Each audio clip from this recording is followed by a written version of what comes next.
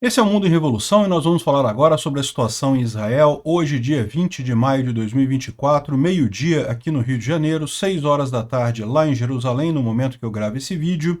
E temos, lógico, uma série de notícias aqui sobre a guerra, sobre o andamento da operação Israel em Rafah.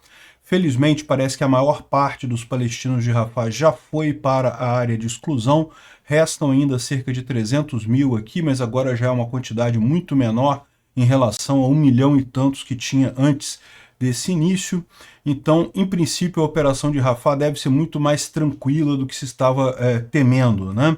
De qualquer forma, tem feito várias operações aqui, também aqui em Jabalia, muita coisa sendo feita em Jabalia, justamente nas ações contra a tentativa de reorganização do Hamas aqui na região, né?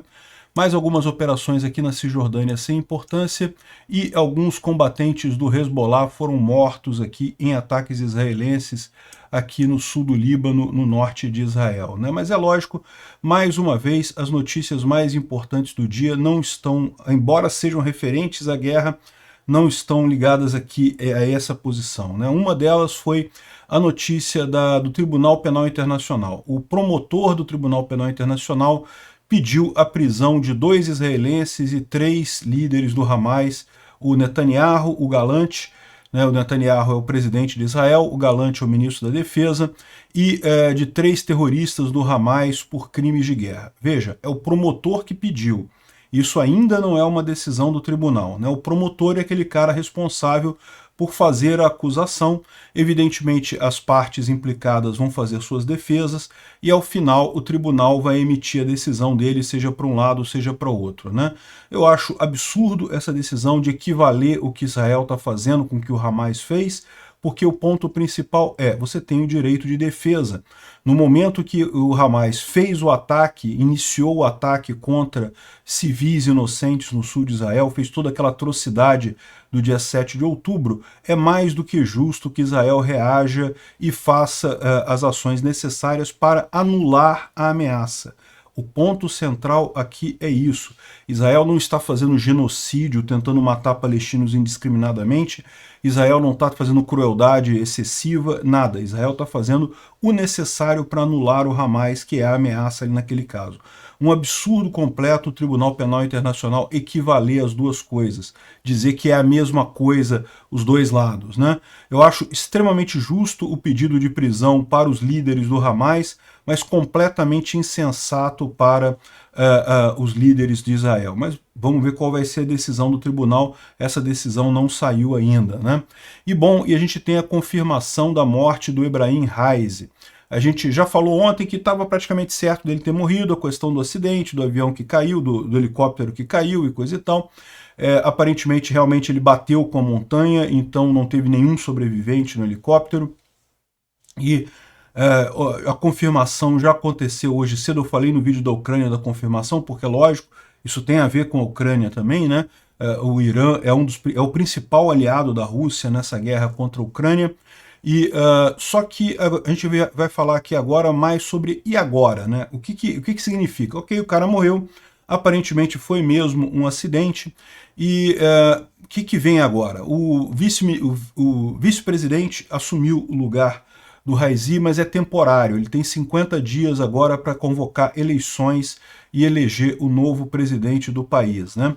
Então é isso que vai acontecer de mais imediato. O Khamenei, que é o Ayatollah Khamenei, né, que é o líder supremo do Irã, ele, em tese, ele continua líder supremo, não vai ter nenhuma mudança na política do Irã num primeiro momento, mas vale lembrar que a sucessão do Khamenei está sendo discutida. O Khamenei está muito velho já, a sucessão dele já estava sendo discutida e o Raisi era o mais cotado para ser o sucessor do Khamenei, né?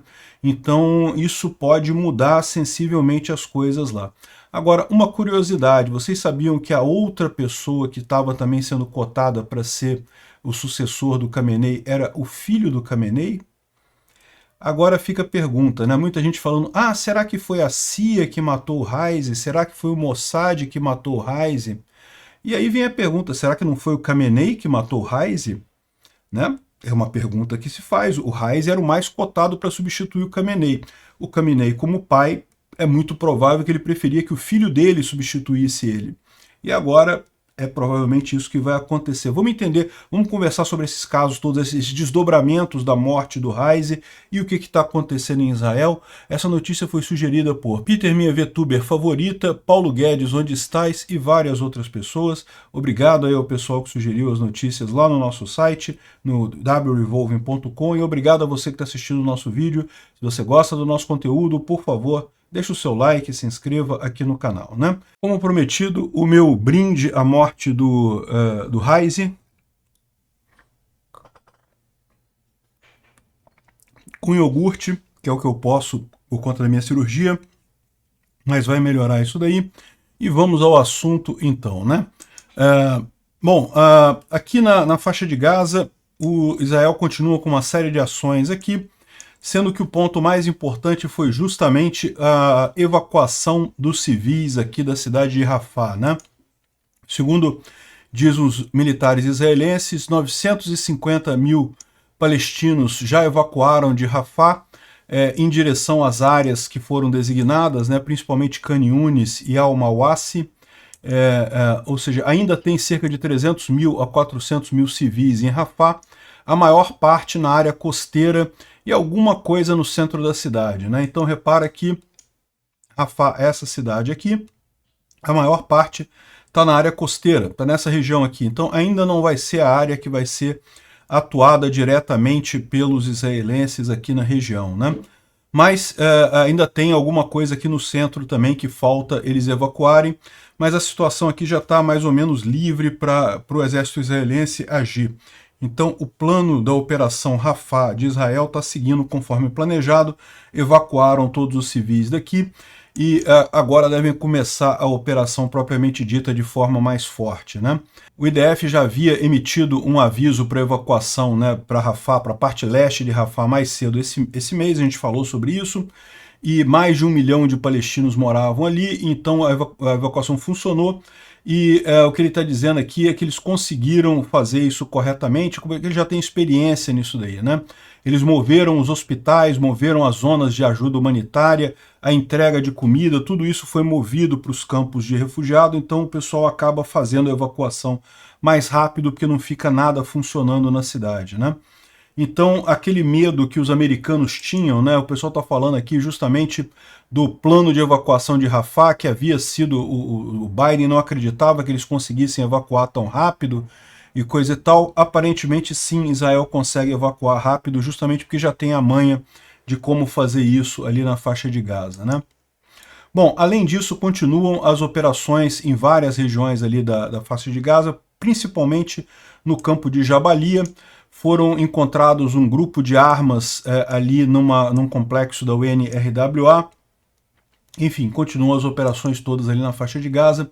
Aqui o IDF e o Shin Bet eliminaram operativos de terroristas do Hamas e que também funcionavam como membros da polícia do Hamas ali na região. Então foi o Abu Hamed e o outro cara é o Rami Khalil Faki, né? Também foram ambos eliminados em ataques ali na faixa de Gaza de ontem para hoje, né? Bom, como eu falei para vocês, ainda tem alguns pontos aqui na Cisjordânia e alguma coisa aqui no norte, mas não é nada relevante. A gente tem acompanhado isso todos os dias, esses conflitos aqui, né? O ponto central do dia é mesmo a questão do presidente do Irã. O Instituto para Estudo da Guerra fala aqui justamente sobre o ponto que eu acho que é o mais relevante nesse momento, que é o que muda, né? Porque o presidente do Irã, agora a gente já tem certeza, ele está morto, né? O helicóptero, os destroços do helicóptero foram descobertos, restos mortais dele foram descobertos, então não tem mais dúvida. Eu achei que levou muito tempo isso, né? Meio incompetência do pessoal lá para achar o cara, mas né, agora está definido isso. Então a grande questão é essa, né? O que vai acontecer, né? Então o que vai acontecer agora, num primeiro momento, o presidente Mohamed Mokber, que é o vice-presidente, né, vai temporariamente servir como presidente e ele tem 50 dias para organizar uma eleição presidencial. Então não vai mudar isso. Agora, a grande questão é justamente que Continua o Khamenei como último autoridade no Irã, ele é o cara que manda em tudo mesmo, é o grande ditador da história. Só que havia a expectativa de que ele fosse substituído pelo Raisi, né? Então o Raisi, na próxima eleição, o Raisi ia substituir. O Khamenei não é eleito, tá? O Khamenei é eleito por um grupo de conselheiros religiosos, não é votação popular, e ele fica o resto da vida, é um cargo vitalício, mas ele iria se aposentar porque ele já está velho, né? E o Raisi deveria substituir o Khamenei, né? E agora a situação se complica aqui na sucessão do Supremo Líder, né? O Supremo Líder ele é substituído quando ele morrer, ou ele pode pedir renúncia também, pode se aposentar. O Raisi é considerado um dos principais competidores para esse cargo, né? Junto com o filho do Khamenei, o Mojtaba Khamenei, né? Para substituir o Khamenei como Supremo Líder. O Khamenei apontou o Raisi para a posição de chefe do judiciário em 2019 e endossou o Raisi durante a eleição presidencial de agosto de 2021, alguns anos atrás. E aí, ou seja, ele estava, segundo dizem algumas fontes, ele era o mais cotado para suceder o Khamenei. Ele tem um nome muito forte, então não é eleição popular de novo, é eleição lá num conselho de supremos, não sei o que lá, Supreme Cultural Revolution Council. E então ele tinha o mais provável de ser. Só que agora o mais provável é o filho do Khamenei, né? E aí surge essa questão, né? Será que isso daí não foi, assim, supondo que não tenha sido um acidente, que tenha havido alguma sabotagem, né? O Khamenei pode estar por trás disso daí também, né? Bom, antes da gente entrar nessa história do Khamenei, porém, vamos falar um pouco sobre a Corte Penal Internacional. O promotor da Corte Penal Internacional está pedindo mandados de prisão para os líderes do Hamas, para os 3 líderes do Hamas, para o Sinwar e aqueles 2 que estão lá no Catar, e também para o primeiro-ministro Netanyahu e para o ministro da Defesa, o Galante, né? Ou seja, seriam 5 pedidos de prisão, 3 para o Hamas e 2 para Israel, no entendimento que eu acho completamente absurdo, que equivale às duas coisas, como se os dois estivessem fazendo a mesma coisa, e não é isso. O Hamas tem toda a justiça de ser condenado realmente, de ter pedido de prisão contra esses líderes, mas não tem nenhuma lógica condenar alguém por se defender, né? Essa é a opinião também aqui do senador aqui americano, que está falando aqui sobre a defesa, justamente que isso meio que equivale ao que está acontecendo entre Israel e o Hamas. Não, não é, né? Israel foi vítima de um ataque covarde terrorista do Hamas e está corretamente buscando a reparação disso pela eliminação do Hamas. Alguns palestinos acabam morrendo nessa situação? Infelizmente sim, toda guerra tem efeito colateral. Mas isso não quer dizer que Israel esteja visando os palestinos, está visando o Hamas. E o Hamas realmente é uma entidade terrorista, ninguém tem questionamento disso, né? Então essa falsa equivalência moral entre as ações de um e de outro é um absurdo completo. O pessoal está dando uma de Lula. Lula que fala isso, não porque o Putin e o Zelensky tem que negociar como se fosse a mesma coisa, como se os dois lados fossem a mesma coisa, né? Não, tem um lado certo e um lado errado. Quem ataca está errado, automaticamente. Não importa motivo, não importa qualquer coisa. Enfim, um absurdo. De qualquer forma, eu lembro vocês, isso daqui é o promotor pediu isso. Quem vai decidir vai ser os juízes lá da corte, né? O papel do promotor é mesmo o papel de acusar, é o papel de, né, digamos, de ser o mal da história na acusação. Pode ser que os juízes sejam mais moderados do que isso, é o que eu espero nessa história, né? Bom, falando então finalmente sobre o Ibrahim Raisi, né, o ex-presidente do Irã, que foi falecido, agora já está confirmado.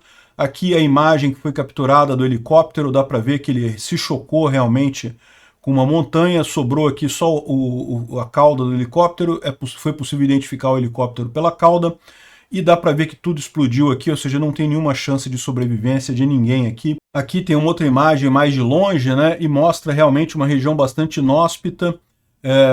Aqui é um platô, né? Parece que o piloto do helicóptero pode ter tentado pousar aqui no platô, mas acabou batendo na montanha e realmente não sobreviveu ninguém, né? Aqui já são as pessoas fazendo resgate ali na região. Isso daqui é o corpo do Ebrahim Raisi, tá? Dá para reconhecer por conta da bandeira, eles botaram uma bandeira cerimonial lá por algum motivo e estão trazendo o corpo dele. Dá para ver que não acharam o corpo inteiro, né? Mas nessa situação, com um helicóptero explodindo, realmente não vai ter muita coisa, né? Enfim, essa é a situação, já está definido então que ele morreu realmente, o Ebrahim Raisi, né? Bom, por que ele morreu? Né? O helicóptero obsoleto dispõe décadas de sanções no Irã, né? Tá vendo? O Irã, ao invés de obedecer e seguir o mundo civilizado, insistiu nessa história de que não, as sanções não estão machucando nada, não estão fazendo diferença nenhuma, né? E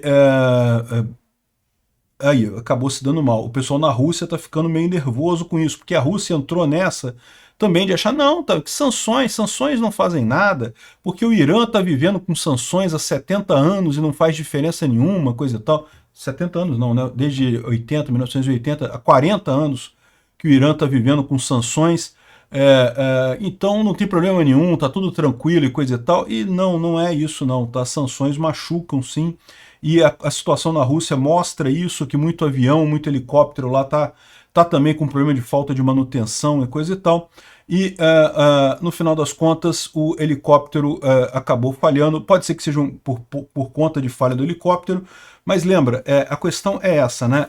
É um helicóptero antigo, estava com a manutenção em dia, se estava com as peças corretas, né? Estava sendo feito todo o processo, né? Provavelmente não. E daí pegou uma tempestade e aí causou a tragédia, né? Bom, toda a tripulação morreu, né? E lógico, o pessoal está comemorando. Isso daqui é a diáspora iraniana em Londres comemorando por conta justamente da morte do Raisi, que ninguém gosta dele, né? A diáspora iraniana, evidentemente, são aqueles que saíram fugidos de lá em 79 e depois disso também devido ao excesso de repressão do regime dos ayatolás lá no Irã, né? Muito triste isso. Muito triste terem que sair do país por conta do domínio de uma facção absolutamente ridícula de esquerdistas maldosos lá, né? De líderes teocráticos maldosos. E agora estão comemorando devidamente a morte do Raisi, né? Agora, quem não está comemorando, quem está triste, adivinha, é o ladrão corrupto de 9 dedos, o pinguço do Lula, que evidentemente está chateado com a morte do açougueiro do Teherã. O Lula ama tudo quanto é ditadura no mundo, ama as ditaduras todas no mundo. É ditadura, o Lula gosta dela. Não tem, pode tirar a prova. Qualquer ditadura o Lula gosta. Falou democracia, ele acha que não sei o que lá, não, Europa não sei não, Estados Unidos não sei não, agora Venezuela não, Venezuela, pô, olha só que linda a Venezuela, né? Olha Cuba, que maravilha que é Cuba, né? E o Irã, olha só que regime bacana que eles têm. É o que eu falo para vocês. O Lula sonha com isso, o que o Lula quer é uma ditadura, é uma implantação do comunismo no Brasil. Ele não vai conseguir não, tá? Eu não tenho esse medo de que ele vai conseguir implantar o comunismo aqui não, mas o que ele quer, que ele ama essas ditaduras, todas eles amam, né? E é muito engraçado porque já está a mídia brasileira falando, dizendo que o cara é fundamentalista conservador, né? Querendo dizer que é uma ditadura conservadora. Um absurdo isso, não é? Porque conservadores essencialmente abraçam o humanitarismo, né? É uma ditadura religiosa, isso sim, você pode dizer que é religioso, mas religioso não é o mesmo que conservador. Só na ideia torta dos repórteres de esquerda que querem fingir que, tá vendo, é uma ditadura de direita no Irã. Não, ditadura de direita, caramba, ditadura de esquerda, de extrema esquerda. Por quê? Porque é controle absoluto, né? Ao contrário de você abraçar as várias iniciativas na sociedade, os empresários, as igrejas, o que quer que tenha de associação voluntária na sociedade, você quer impor uma regra de cima para baixo, mandando em todo mundo. Isso é esquerda. Isso é que distingue a esquerda da direita, né? Principalmente os libertários, né? Porque na direita tem um pessoal que também acha que é isso, né? Que temos que ter uma pátria grande, uma pátria forte. Esse pessoal é socialista de direita. Não tem esse negócio não. Não queremos nada disso. A gente quer um país descentralizado, com um monte de operações, de coisas operando em coisa. O país não precisa ser forte pra caramba, não. Ele vai acabar sendo forte porque a economia vai fazer ele forte, mas não por imposição de um líder central, né? Então, no final das contas, o Lula ama esse pessoal é de esquerda, não é de direita, é religioso, né? É fundamentalista religioso, sim. Mas é evidentemente que tem fundamentalismo religioso de tudo quanto é tipo, de direita, de esquerda, de centro, de qualquer coisa, né? Enfim, só o Lula mesmo para lamentar a morte do açougueiro de Teherã, né? Lembra que o Raisi é o açougueiro de Teherã porque ele fez parte de um comitê que julgou os presos políticos do Irã, lá na época da Revolução, da Revolução Iraniana, e daí matou entre 2.800 e 3.800 pessoas por enforcamento, uma coisa terrível. Enfim, bom, quem é o Mohamed Mokber? Ele está assumindo como presidente do Irã, ele é o primeiro vice-presidente do Irã, mas como eu disse, é uma figura temporária, tá? A função dele nesse cargo é fazer eleições para eleger o próximo presidente do Irã, né? E nesse caso, o que fica claro para todo mundo é que agora, seja lá quem for o próximo presidente do Irã, certamente não vai ser um sucessor do Khamenei, do Ayatollah Khamenei, né? O Ayatollah Khamenei ele já está velho, já está cheio de doença, qualquer dia desse ele bate as botas também, e a sucessão dele é que o Raisi estava mirando. O Raisi seria o sucessor natural dele, agora deve ser o filho dele, né? Vamos viver uma teocracia agora hereditária no Irã, olha que coisa, né? Enfim, não dá para saber muito o que vai acontecer a partir daqui na política iraniana. Não vai haver nenhuma mudança imediata, evidentemente que não, mas certamente o enfraquecimento vai. Por quê? Porque o Raisi, bem ou mal, ele tinha uma boa popularidade no Irã. Por mais que ele fosse uma pessoa terrível, né, muitos iranianos gostavam dele. E seja lá quem for o próximo presidente, não vai ser tão popular assim, bem como o próximo Ayatollah, lá, o próximo líder supremo, também não vai ser tão popular, porque não vai ser ele alçado a esse posto, né? Então a situação pode realmente abrir uma possibilidade aí ao longo das próximas décadas para uma amenização do regime, mas pode ser também que acabe gerando mais um carniceiro ainda pior por conta de justamente querer fazer frente a essa falta de popularidade, né? Vamos aguardar para ver o que acontece ali no Irã. De novo, eu não espero nenhuma mudança imediata, mas quem sabe mais para o futuro. Obrigado por assistir o vídeo até o final. Se gostou do conteúdo, não esqueça de deixar o seu like, isso ajuda o canal a crescer e a chegar para mais gente. Se não gostou, deixe o dislike e explique nos comentários como podemos melhorar. Comente também sugestões de temas que podemos trazer por aqui. Comentários insultuosos ou defendendo ditaduras e criminosos de guerra serão sumariamente bloqueados. Agradeço a compreensão. Se ainda não é inscrito no canal, considere se inscrever clicando no botão inscrever-se abaixo e marcando a campainha para todos os avisos. Se quiser ajudar o canal, veja no nosso site como você pode fazer isso.